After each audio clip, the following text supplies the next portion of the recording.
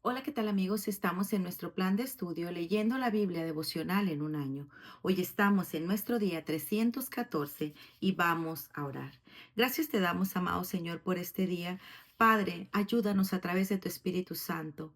Danos la capacidad, Señor, para entender tu palabra. Abre nuestro entendimiento, Señor, ilumina nuestras mentes para que podamos comprender lo que nos hablas a través de ella. En el nombre de tu Hijo amado Jesucristo te lo pedimos y decimos amén. Hechos 4. Pedro y Juan ante el concilio. Hablando ellos al pueblo, vinieron sobre ellos los sacerdotes con el jefe de la guardia del templo y los saduceos, resentidos de que enseñasen al pueblo y anunciasen en Jesús la resurrección de entre los muertos. Y les echaron mano y los pusieron en la cárcel hasta el día siguiente porque ya era tarde. Pero muchos de los que habían oído la palabra creyeron, y el número de los varones era como 5,000. Aconteció al día siguiente que se reunieron en Jerusalén dos gobernantes, los ancianos y los escribas, y el sumo sacerdote Anás y Caifás, y Juan y Alejandro, y todos los que eran de la familia de los sumos sacerdotes. Y poniéndoles en medio les preguntaron: ¿Con qué potestad o en qué nombre habéis hecho vosotros esto? Entonces Pedro, lleno del Espíritu Santo, les dijo: Gobernantes del pueblo y ancianos de Israel, puesto que hoy se nos interroga acerca del beneficio hecho a un hombre enfermo, de qué manera éste haya sido sanado, sea notorio a todos vosotros y a todo el pueblo de Israel, que en el nombre de Jesucristo de Nazaret, a quien vosotros crucificasteis y a quien Dios resucitó de los muertos, por él este hombre está en vuestra presencia sano.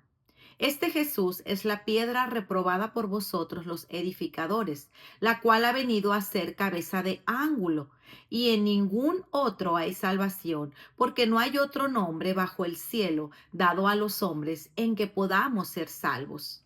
Entonces, viendo el denuedo de Pedro y de Juan, y sabiendo que eran hombres sin letra y de vulgo, se maravillaban, y les reconocían que habían estado con Jesús.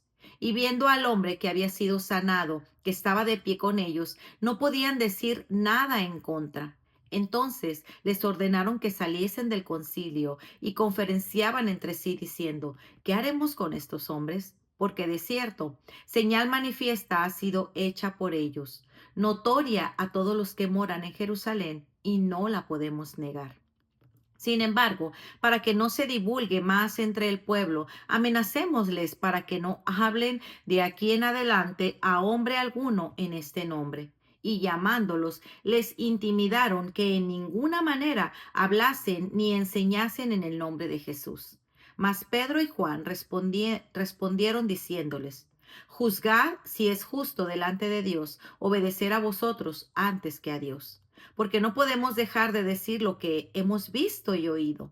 Ellos entonces les amenazaron y les soltaron, no hallando ningún modo de castigarles por causa del pueblo, porque todos glorificaban a Dios por lo que se había hecho, ya que el hombre en quien se había hecho este milagro de sanidad tenía más de 40 años. Los creyentes piden confianza y valor. Y puestos en libertad, vinieron a los suyos y contaron todo lo que los principales sacerdotes y los ancianos les habían dicho.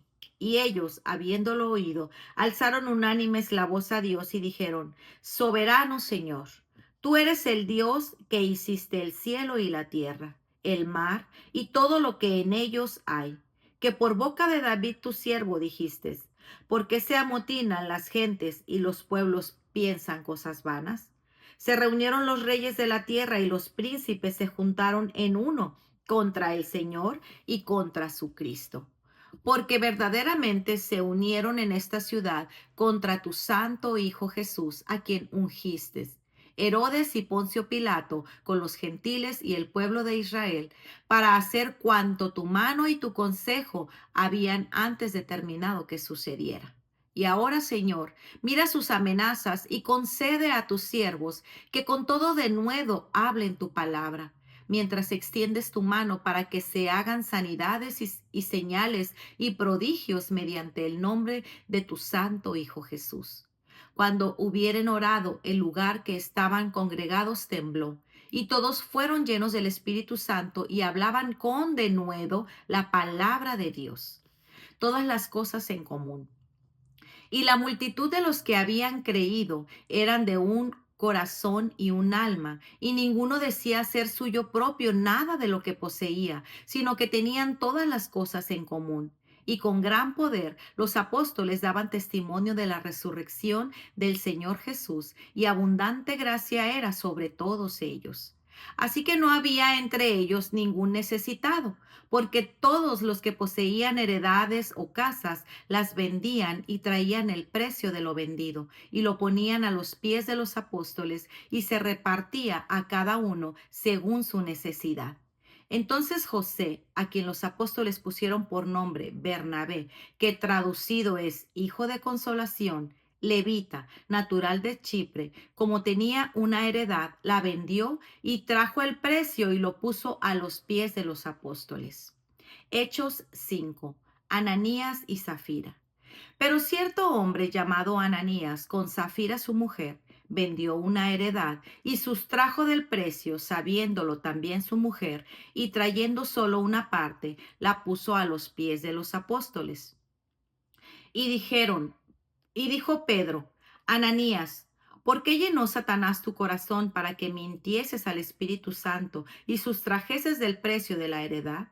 Reteniéndola, ¿no se te quedaba a ti? Y vendida, ¿no estaba en tu poder? ¿Por qué pusiste esto en tu corazón?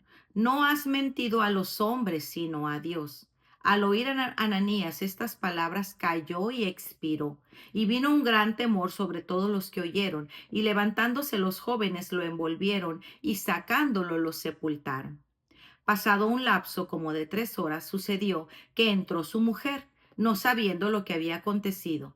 Entonces Pedro le dijo, dime, ¿vendisteis en tanto la heredad? Y ella dijo, sí, en tanto. Y Pedro le dijo, ¿por qué conviniste en tentar al Espíritu del Señor? He aquí a la puerta los pies de los que han sepultado a tu marido, y te sacarán a ti. Al instante ella cayó a los pies de él y expiró. Y cuando entraron los jóvenes la hallaron muerta, y la sacaron y la sepultaron junto a su marido. Y vino gran temor sobre toda la iglesia y sobre todos los que oyeron estas cosas. Muchas señales y maravillas. Y por la mano de los apóstoles se hacían muchas señales y prodigios en el pueblo, y estaban todos unánimes en el pórtico de Salomón.